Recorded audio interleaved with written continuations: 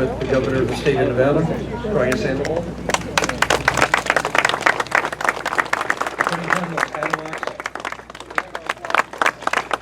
Congresswoman Nina Titus. Congresswoman Jackie Rosen. Former Congresswoman Gabrielle Giffords.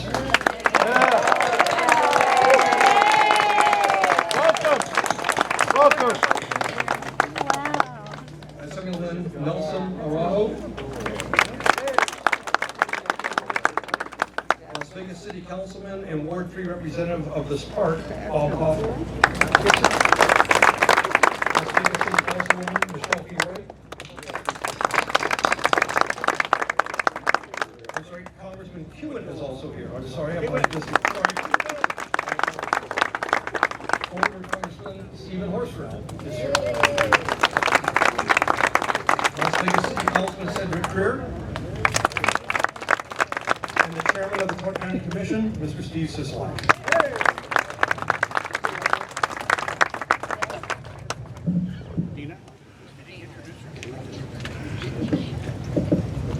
Before we begin, I've been asked to speak a few words tonight and talk about the Healing Garden and how it came about last year. Some things in life are just inexplicable, and what happened last year on October 1 was obviously one of those events. But what happened afterwards in this community, in my opinion, is just nothing short of a miracle. Last year, actually about 2 years ago, I met a fellow named Jay Blegenpool, and Jay is a landscape expert, and we were working on a negotiation that fell apart, became friends, and then came October 2nd.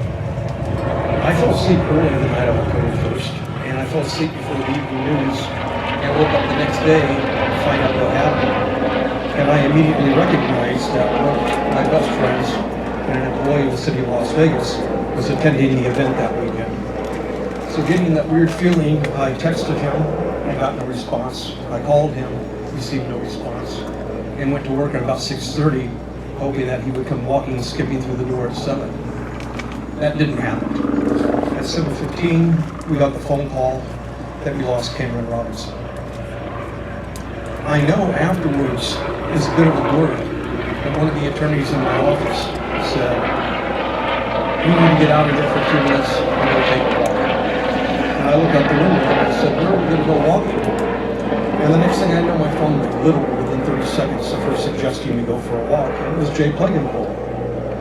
And Jay said, "Brad, the city can find us a piece of land, not give it to us, not sell it to us, just loan it to us. We would like to put together some kind of a memorial immediately." That was 8:30 in the morning on October 2nd. At 10 o'clock, Jay was in our offices, and we found a piece of property within 15 minutes thanks to Tom Perigo and Jorge Cervantes. At 4 o'clock, Jay came back with this. The original version of this was originally almost a cocktail napkin, but it's a design for the garden that we're sitting in tonight. So Jay said, "What do we do to get going?" And I said this last year, and I'll repeat it. We made the best decision I think we've made in a long time. We decided to do nothing as a city and just let these people go. And they did. On Tuesday morning, all the trees were donated by Moon Valley Nursery, all the shrubs were donated by Star Nursery, and all the labor was volunteer. But there's some remarkable things, and that was what happened behind us in just one of them. The very first day, Mark Handelman, if you're here, so raise your hand down. Right here, Brad. There we go. Mark in the back was out here looking for the place to locate the Tree of Life.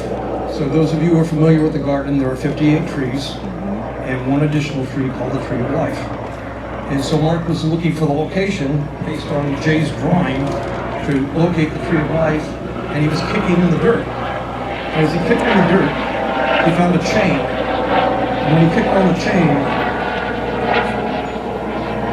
this is what was attached to it. If you can see it, it's a medallion, that's the Tree of Life. Wow. It was buried right there in that spot for God knows how many years before it was located.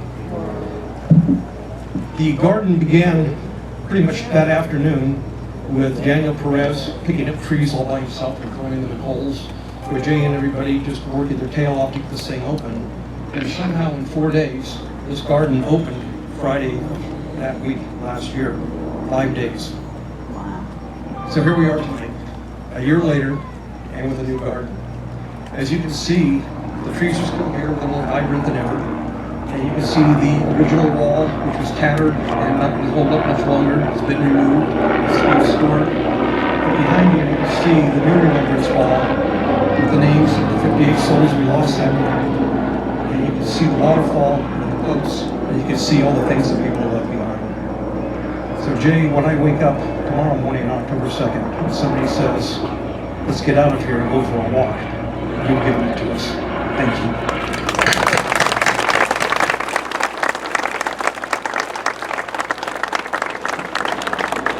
With that, it's my great pleasure to introduce the mayor of the city of Las Vegas, the best mayor in the world, Carolyn Goodman.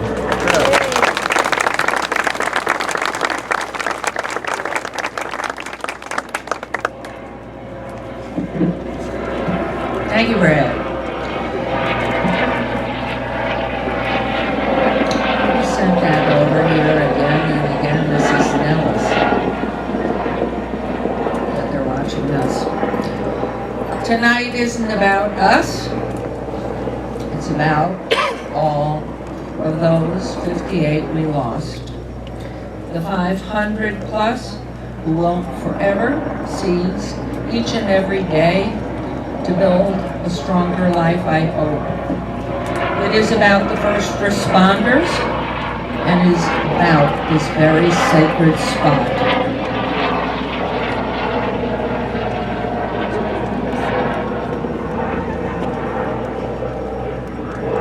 It is a sign of a higher power. We've already seen that tonight.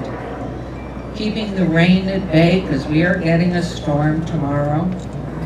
It's about the day's remembrances and this fine place of peace and hope and serenity. When I was asked at the very first initial press conference, and I'm sorry to pause, but I believe these words are so much more important than the noise of what's going on overhead. Asked to address the public at the initial press conference, I could only make a statement to call for blood. Sadly, within hours, the calls came in for the blood banks around our community. We're overrun. We don't have enough technicians. We don't have enough equipment. Please ask donors to come back later, tomorrow, today, these coming days, weeks, months, and years. It was a time of urgency and pain for us all. An urgency, knowing that blood was not the answer, to be able to do something physical, to have a purpose, a meaning, to touch, to be needed, to connect with somebody, to help. Jay, Daniel, Mark gave so many that sense of belonging, of connecting with the creation of the miracle of this community healing garden. It came from the heart and soul of our people, who then found they could begin to breathe again and feel part of something permanent, something resilient, even broaching on ethereal. It's about earth and trees and plants and living and life and surviving into years to come, far beyond any of our years. And it's always with that special insignia of remembrance of 1 October.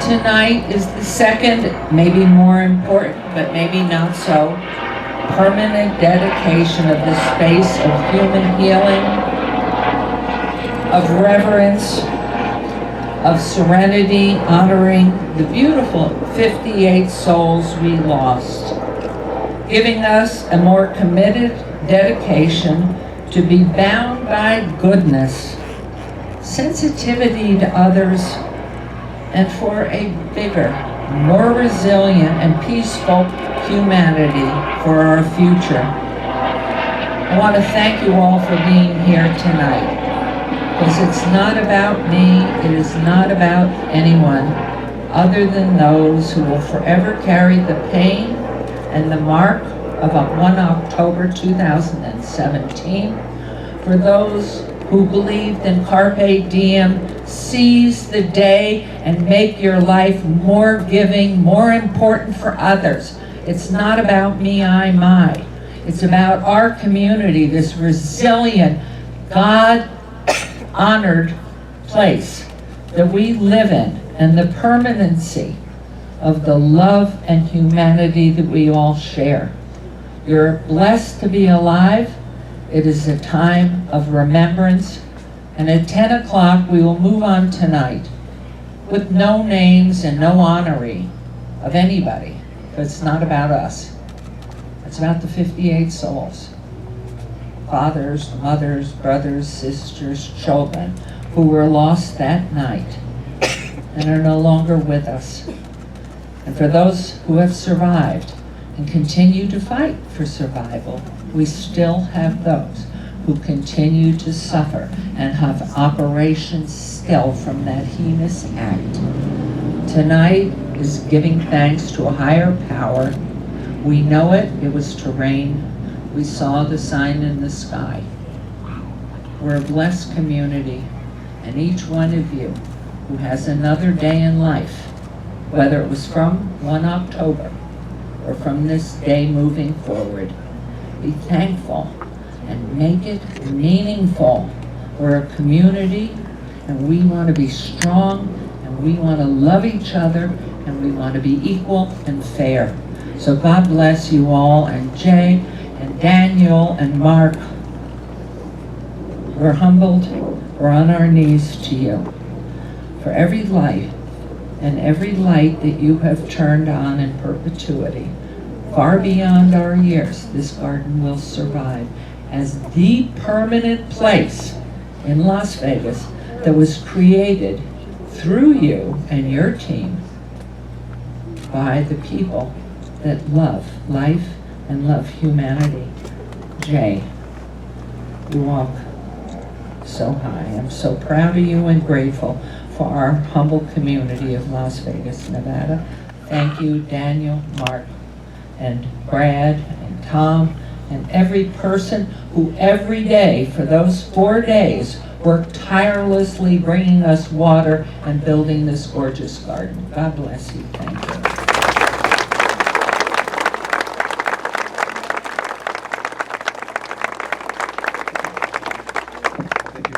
For those of you who don't know it, the mayor spent the entire night at the trauma center at UMC from the minute she got the phone call after 10 o'clock until well into the middle of the next day. So I think, Mayor, if you know, give another round of applause.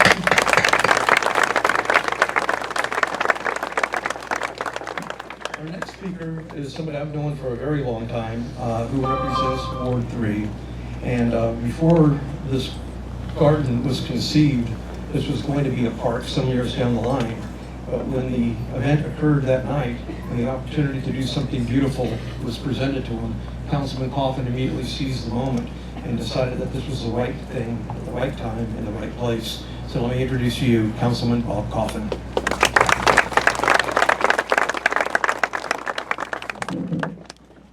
Thank you, Brad, my friend of many years.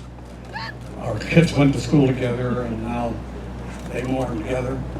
This is a time for many emotions, and I'm beginning to feel the same emotions right now that I felt in the hours and days right after the tragedy. Right now, a year later, people are fighting, quarreling about, who should pay, who should fix my pain, who should do it. Do dollar bills do that? Do prayers do that? Well, all of the things that people can think of that are material, talk about. And spiritual is probably the best help that anybody can get. It is truly sad the mayor has said what we cannot do for the lost souls and the more than 500 that were wounded. A catastrophe in peacetime only exceeded by the attack on the World Trade Center. It's the worst thing that ever happened in this town, a town I've been a resident for almost 70 years. This is ground that used to be a business, and then it wasn't. Things fell away. And we're in the midst of a regrowth and a rebirth of our downtown in Las Vegas. And we have this opportunity to think about the importance of the lives that were lost and the people that were wounded. But right now, I still feel the same anger that I did a year ago. That was my emotion, anger. And it was doubled by the fact that carpe diem, seizing the moment. I think simultaneously, Commissioner Sisolak asked his district attorney, and I asked our good friend Brad, what we could do about the instruments of death that were used in this slaughter. Well, the bad news we both received about the same time, Steve, as you know, was that the legislature had taken away all authority for local government to regulate firearms, even attachments like bump stocks. So the anger grew, and anger from frustration as much as anything, because if there was anything we could do what we have the power to do, and we are powerless until the legislature meets in February. So this is not politics. This is not about life. It's not about, it is about the frustration which causes my anger. The Vice President has been here. Speaker Pelosi has been here. We've seen people who really, really are moved by what they see and what they feel. And they feel different than I do because I feel anger. Anger that I could not fulfill my duty as a councilman as charged in our charter and in the charter of the county to protect the citizens of our city and our county. Powerless makes us angry. And I think this is something to consider as we look at all the emotions. And I think anger is as valid an emotion as any there can be, because nothing can help you cope with loss as much as the opportunity to redress the grievance. So we are not finished. We'll be asking the next legislature to restore our authority so that we might do what is right for the residents and the tourists. The tourists who came by in helicopters while the mayor was speaking, coming back from their tour of the Grand Canyon, every evening at this time, 10 or 15 of them come by. It's a great reminder to all of us of why this town is here and why so many people were killed and wounded who were not from this town. We owe them the duty to keep them safe. Thank you very much.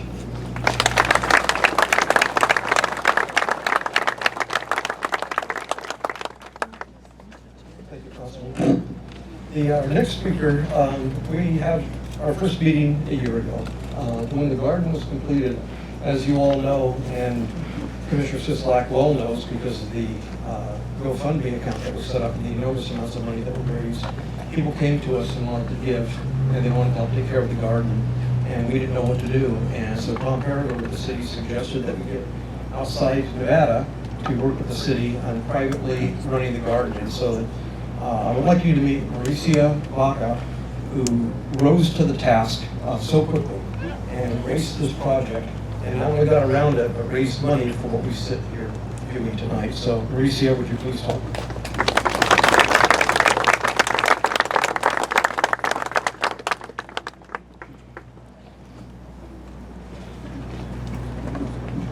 I have to say, standing here, that I'm humbled, I am honored.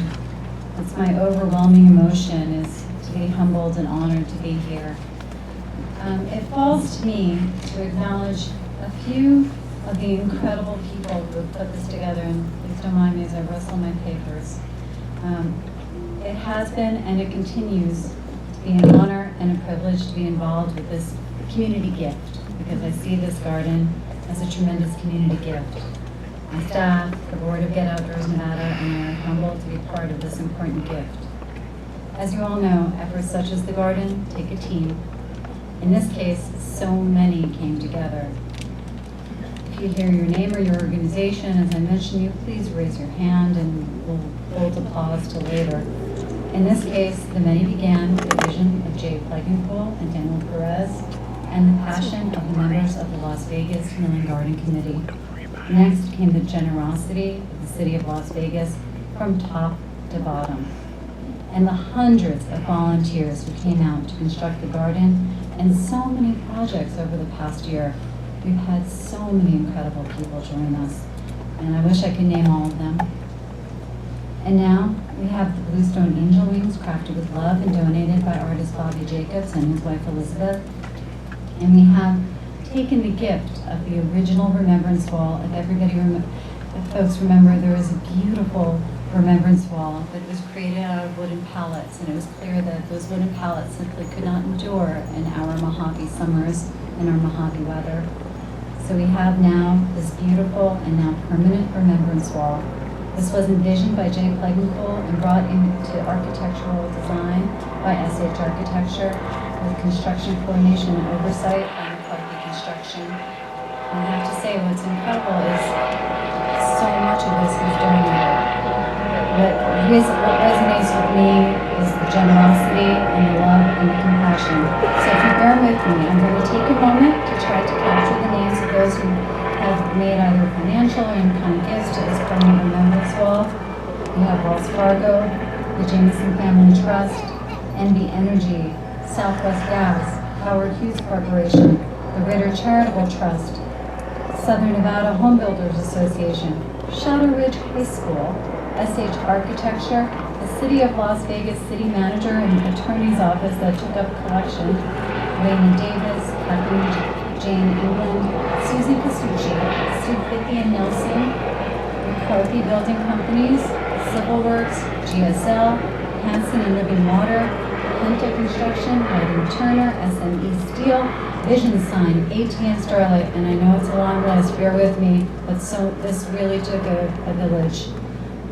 Apache Stone, Custom Granite and Marble, Dwyer Construction, Stone Rose Landscaping, CLC, Dwyer Engineering, Moon Valley Nursery, Star Nursery, Andrus Transportation, Frontier Stoneworks, Henning Johnson, Burke Construction, Ahern Rentals, Sun State Equipment, and the Bellagio Conservatory on Western Elite.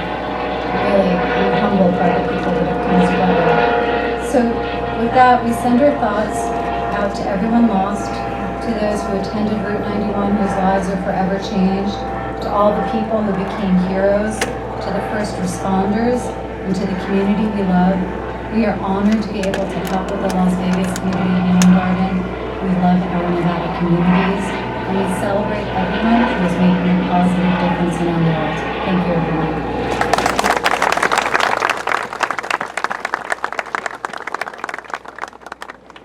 Thank you. And now I would like to bring the visionary, I called him last year an angel on earth. Jay Plegenpool, who gave us this opportunity last year to find a place to meal. I can tell you before Jay gets up, if you've been to this garden for the first time, welcome, and please keep coming.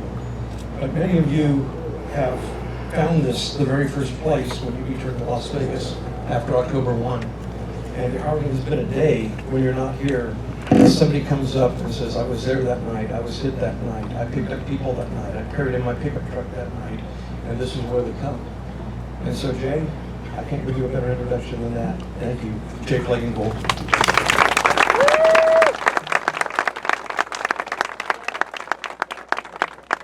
Thank you. People ask me what I'd like people to take away from this garden when they come and visit. And for me, this is what the garden means. On October 1st, 2017, a senseless act of violence shattered a community's heart. This time, we as a community pushed back. We pushed back with a very deliberate act of compassion. People from across the city, from across the country, and the world came together on this empty piece of desert to plant the Las Vegas Community Healing Garden. Instead of retreating into fear, we as a community stepped forward. Together we planted a garden, not only of trees and flowers, but we planted a garden of love, hope, and compassion. Volunteers came forward and donations poured in. In one short week, the Las Vegas Community Healing Garden grew from the dust. The garden honors the lives lost on October 1st, but it also celebrates life, goodness, love, and compassion. There is beauty in this world. We choose to seek it. We can choose love over fear. We can choose light over darkness. We can choose life over death. We can choose hope over despair. We can choose to do good in this world. We can choose human kindness. We can help each other heal. This garden is a gift that we have given to each other. It is a sacred place for us to come with our brokenness. It is a place to come and sit in our grief. It is a place to pick up the shattered pieces of our lives. Together, with love and compassion, we will put these pieces together like the beautiful mosaic heart in the center of our garden. Take good care of each other, respect each other, and love each other. Thank you.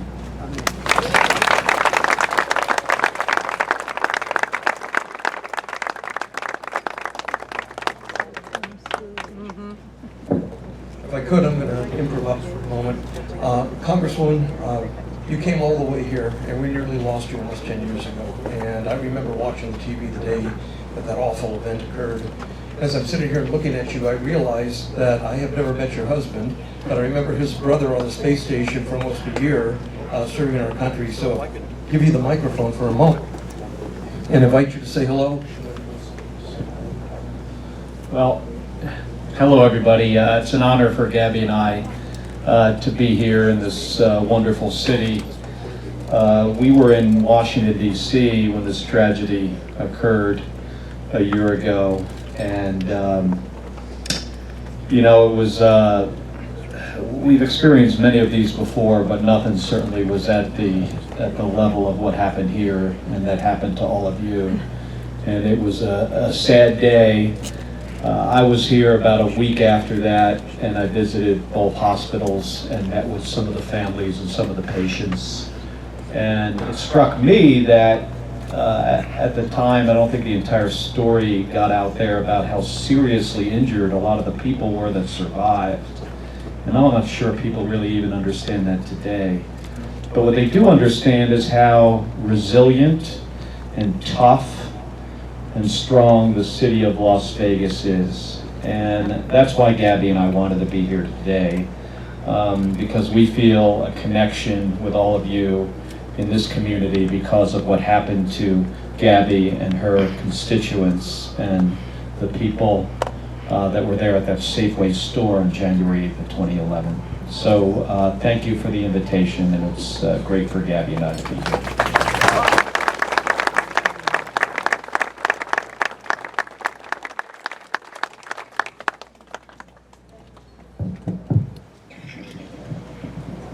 I just want to make sure, I thought earlier that I had introduced Congresswoman Dina Titus, and we share the same building, so Congresswoman, thank you. And I also would like our city manager, Scott Adams, to stand for a moment, because Scott is the guy who runs this place every day in between council meetings. So Scott, thank you for all you do.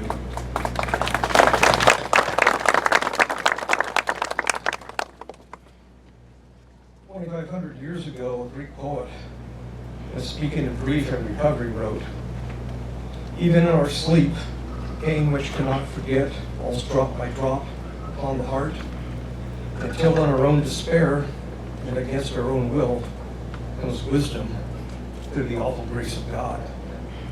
Those of you who were here that night, who were there at the RTE91 festival, know exactly what that means. And those of you who lost somebody also know exactly what that means. Even though it horribly seems like yesterday, it's been 1 year.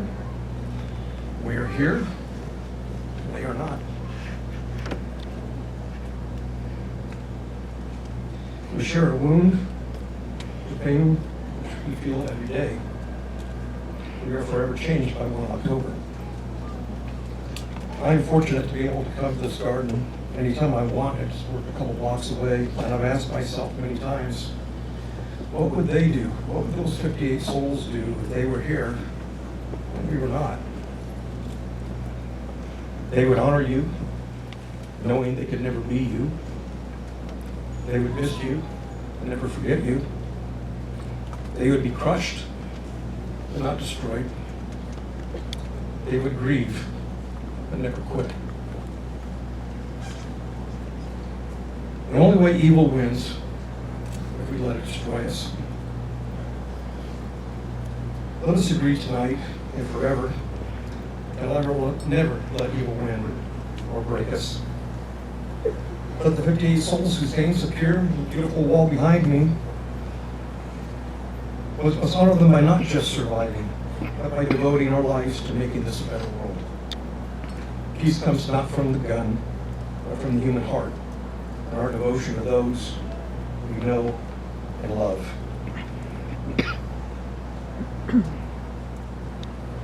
They lit a fire, and that's what I remember. And quote President Kennedy, glow from that fire can truly light the world. May God bless you, may God bless Las Vegas, may God bless